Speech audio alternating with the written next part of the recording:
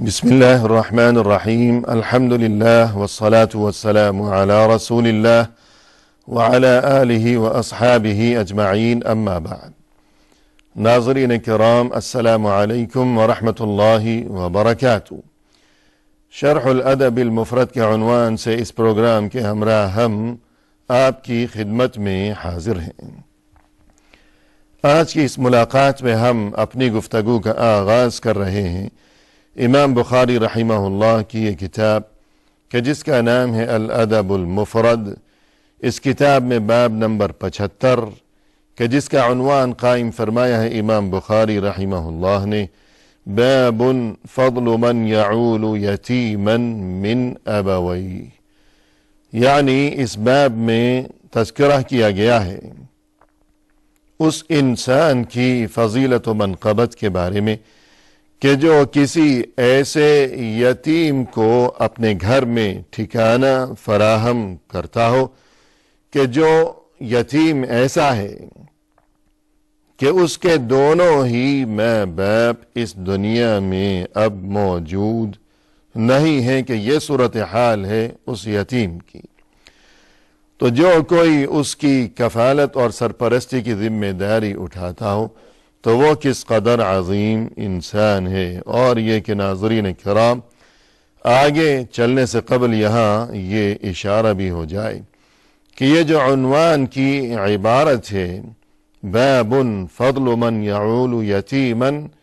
من ابویہ، تو یہ جو کتاب ہے امام بخاری رحمہ اللہ کی الادب المفرد، جس کتاب کا نام ہے، اور اپنے اس پروگرام میں ہم جس کی شرح کیا کرتے ہیں، تو یہاں اس نسخے میں من ابویہ کے الفاظ ہیں، جبکہ دیگر چند نسخوں میں من بین ابویہ کے الفاظ مذکور ہیں، اور دونوں عبارتوں کا معنی و مفہوم ایک ہی ہے کہ من ابویہ یا من بین ابویہ، یعنی ایسا یتیم کہ جس کے ماں باپ دونوں ہی اب موجود نہیں ہیں۔ لیکن ناظرین، چند نسخوں میں اس کتاب الادب المفرد کے دیگر چند نسخوں میں عبارت اس طرح ہے کہ من یعول یتیما بین ابویہ، تو اس کا مطلب یہ ہوگا کہ وہ انسان جو کسی یتیم کو اپنے ماں باپ کے درمیان لا کر ان کی پرورش کرے، اپنے ماں باپ، یعنی یہ جو من ابویہ یا من بین ابویہ، اس کا مطلب یہ تھا کہ یہ ابوین یعنی ماں باپ اور یہ والدین، اس کا تعلق اس یتیم کے ساتھ تھا کہ اس یتیم کے ماں باپ اس دنیا میں نہیں رہے۔ لیکن اگر یوں کہا جائے کہ بین ابویہ، تو والدین یعنی ماں باپ کا تعلق یتیم کے ماں باپ نہیں، بلکہ مراد یہ ہوگا کہ یہ انسان جو ان کی کفالت کر رہا ہے اس کے اپنے ماں باپ، یعنی کوئی انسان ہے جو خود بھی اپنے ماں باپ کے ساتھ ہی زندگی بسر کر رہا ہے، اور پھر مزید یہ کہ وہ کسی یتیم کو بھی لے آیا اپنے گھر، اور جس طرح یہ خود اپنے ماں باپ کے ساتھ اس گھر میں زندگی بسر کر رہا ہے، تو اب اس نے ماں باپ کے گھر میں اپنے ساتھ اس یتیم کو بھی رکھ لیا ہے۔ الغرض، مقصد ایک ہی ہے کہ یتیم کی کفالت۔ اور یہاں اس باب میں امام بخاری رحمہ اللہ نے جو احادیث درج فرمائی ہیں، تو سب سے پہلے حدیث کے جس کا نمبر ہے ناظرین کرام 133، فرمایا عن ام سعید بنت مرہ الفہری عن ابیہا عن النبي صلى الله عليه وسلم قال أنا وكافل اليتيم في الجنة كهاتين أو كهذه من هذه، شك سفيان في الوسطى أو التي يلي الإبهام۔ سعید بنت مرہ الفہری اپنے والد سے، یعنی ان کے والد جن کا نام ہے مرہ الفہری، ان سے روایت کرتے ہوئے یوں کہتی ہیں کہ ان کے والد نے مرہ الفہری نے یوں بیان فرمایا کہ رسول اللہ صلی اللہ علیہ وسلم نے ایک بار یوں ارشاد فرمایا کہ میں، یعنی خود رسول صلی اللہ علیہ وسلم، اور وہ انسان جو کسی یتیم کی کفالت کیا کرتا ہو، اس کی نگہداشت کیا کرتا ہو، سرپرستی کا فریضہ انجام دیا کرتا ہو، تو فرمایا کہ ہم دونوں جنت میں یوں اس قدر قریب ہوں گے، یوں 2 انگلیاں ملاتے ہوئے ارشاد فرمایا۔ لیکن اس موقع پر یہ جو راوی ہیں سعید کے والد یعنی مرہ الفہری، انہیں کچھ شک ہو گیا کہ یہ ارشاد فرماتے وقت رسول اللہ صلی اللہ علیہ وسلم نے جو 2 انگلیاں ملائی تھی وہ کون سی 2 انگلیاں تھیں؟ اور ناظرین کرام، یہ جو یہاں وضاحت کی گئی ہے کہ شک ہو گیا،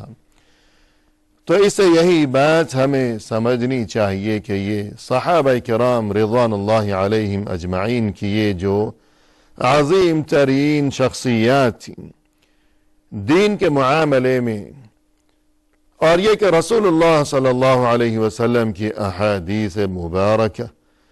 اور آپ صلی اللہ علیہ وسلم کی جو پاکیزہ ترین تعلیمات تھیں،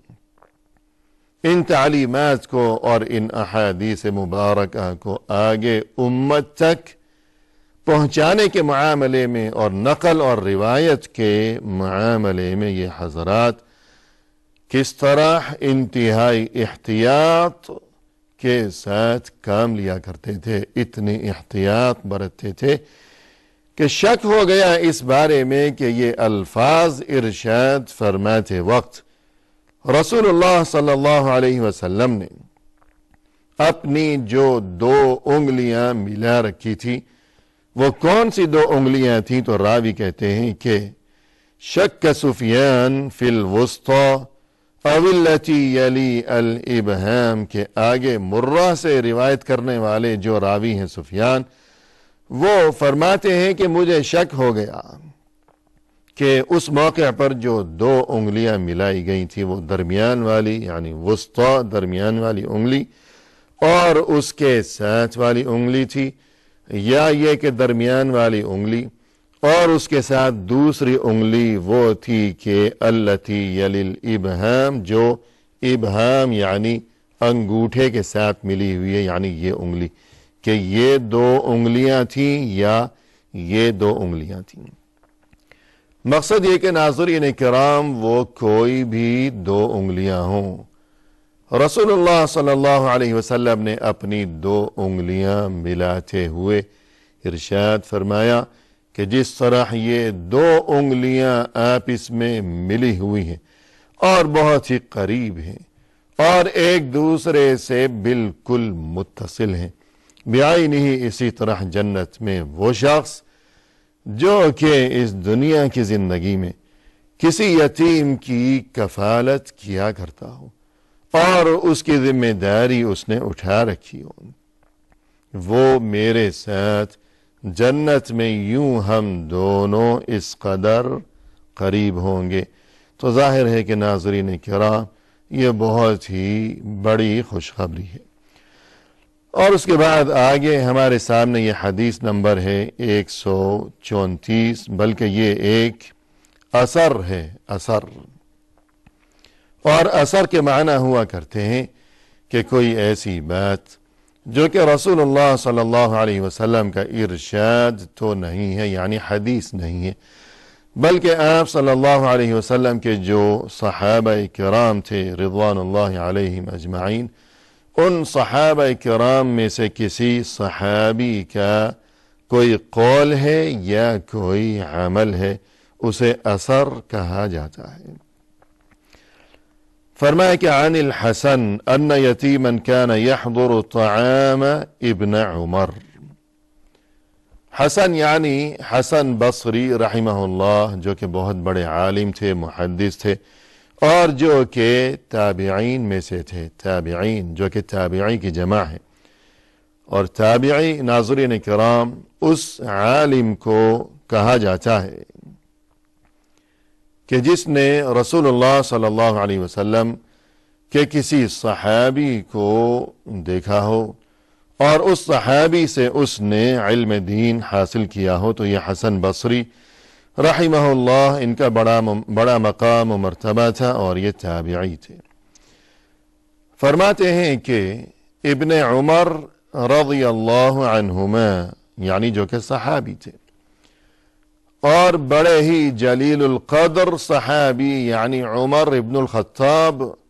رضی اللہ عنہ، جو کہ مسلمانوں کے خلیفہ دوم تھے۔ تو یہ ابن عمر کہ جن کا نام تھا عبداللہ ابن عمر، یہ خود بھی صحابی تھے، اور صحابی کے ہی بیٹے بھی تھے۔ تو ان کے بارے میں حسن بصری رحمہ اللہ فرماتے ہیں کہ یہ جو ابن عمر تھے رضی اللہ عنہما،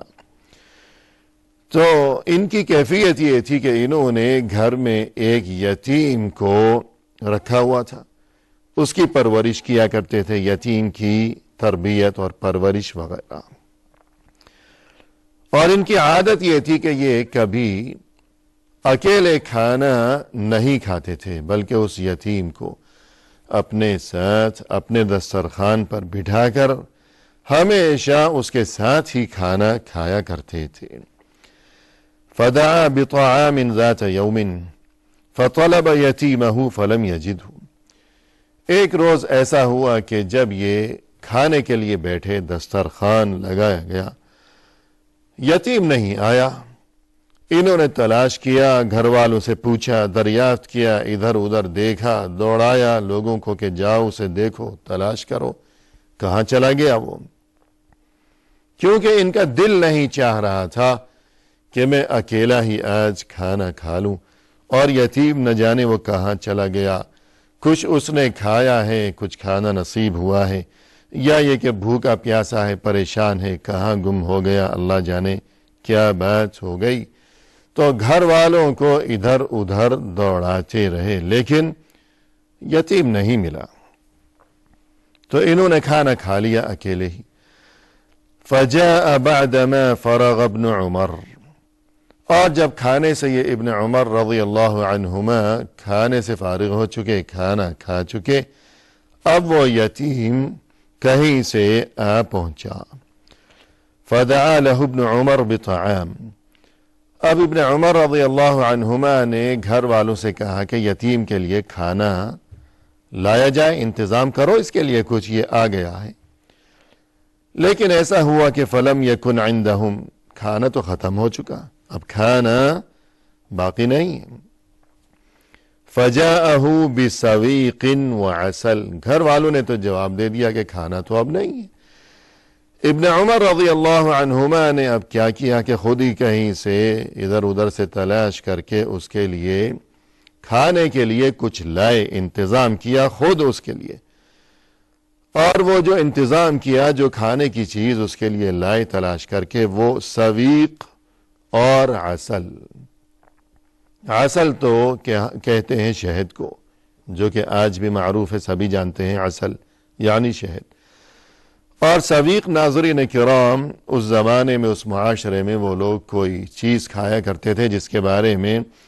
اہل علم نے یہ بات لکھی ہے کہ کھجور اور گھی۔ اہل علم کے بقول سویق كانوا يصنعون من التمر والسمن، یعنی کھجوریں ہیں کچھ، اور ان کے اوپر کچھ گھی اونڈیل دیا کرتے تھے وہ لوگ، اور یوں ملا جلا کر وہ کوئی کھانا ان کا بن جایا کرتا تھا، اور اسے وہ لوگ سویق کہا کرتے تھے۔ تو ابن عمر رضی اللہ عنہما اس کے لیے تلاش کر کے جو کھانا لائے تو سویق بھی تھا، اور یہ کہ کچھ شہد بھی تھا، اور اس کے سامنے رکھا۔ فقال دونک هذا، اور اسے مخاطب کرتے ہوئے یوں فرمانے لگے کہ یہ کھا لو، یہ تمہارے لیے میں لایا ہوں۔ فواللہ ما غبنت، اللہ کی قسم آج تم خسارے میں نہیں رہے۔ یقول الحسن وابن عمر واللہ ما غبن، یہ اثر روایت کرتے وقت حسن بصری رحمہ اللہ فرما رہے ہیں کہ اللہ کی قسم ابن عمر رضی اللہ عنہما بھی تو خسارے میں نہیں رہے۔ یعنی جس طرح یتیم کو وہ کھانا پیش کرتے وقت ابن عمر رضی اللہ عنہما نے یہ الفاظ ارشاد فرمائے کہ تم خسارے میں نہیں رہے، اللہ کی قسم تم خسارے میں نہیں رہے، قسم کھاتے ہوئے فرمایا، تو یہ بات روایت کرتے وقت حسن بصری رحمہ اللہ فرما رہے ہیں کہ خود ابن عمر جو اس یتیم کو یوں کہہ رہے تھے کہ تم خسارے میں نہیں رہے، میں یہ کہتا ہوں کہ خود یہ ابن عمر رضی اللہ عنہما بھی خسارے میں نہیں رہے۔ کیا مقصد ہے اس کا؟ تو مقصد یہ ہے کہ ناظرین کرام کہ پہلی بات تو یہ کہ ابن عمر رضی اللہ عنہما کے گھر میں وہ یتیم کہ جس کے بغیر ابن عمر رضی اللہ عنہما کبھی کھانا تناول نہیں فرمایا کرتے تھے، اس روز وہ کہیں غائب ہو گیا، چلا گیا، نکل گیا ادھر ادھر، اور مجبوراً بادل ناخواستہ ابن عمر رضی اللہ عنہما نے اس سے مایوس ہو کر تلاش کرنے کے بعد خود ہی اکیلے وہ کھانا کھا لیا، کھانا ختم ہو گیا۔ یتیم جب واپس آیا، گھر والوں سے ابن عمر رضی اللہ عنہما نے فرمایا کہ کھانا لاؤ اس کے لیے، تو کھانا ختم ہو گیا۔ گھر والوں نے یہ جواب دیا۔ اب ابن عمر رضی اللہ عنہما خود ہی کہیں سے تلاش کر کے اس کے لیے کچھ لے کر آئے کھانے کے لیے، اور جو کچھ لائے وہ سویق تھا اور وہ عسل یعنی شہد تھا، اور فرمایا کہ کھاؤ، تمہارے لیے میں یہ لایا ہوں کھانا۔ اور پھر اسے خوش کرنے کے لیے یوں فرمایا کہ آج تمہیں وہ کھانا تو نہیں ملا جو روزانہ تم ہمارے ساتھ کھایا کرتے ہو، وہ کھانا تو ہو گیا ہے ختم، اب یہ دوسرا کھانا ہے، یہ کھاؤ، لیکن اللہ کی قسم تم خسارے میں نہیں رہے۔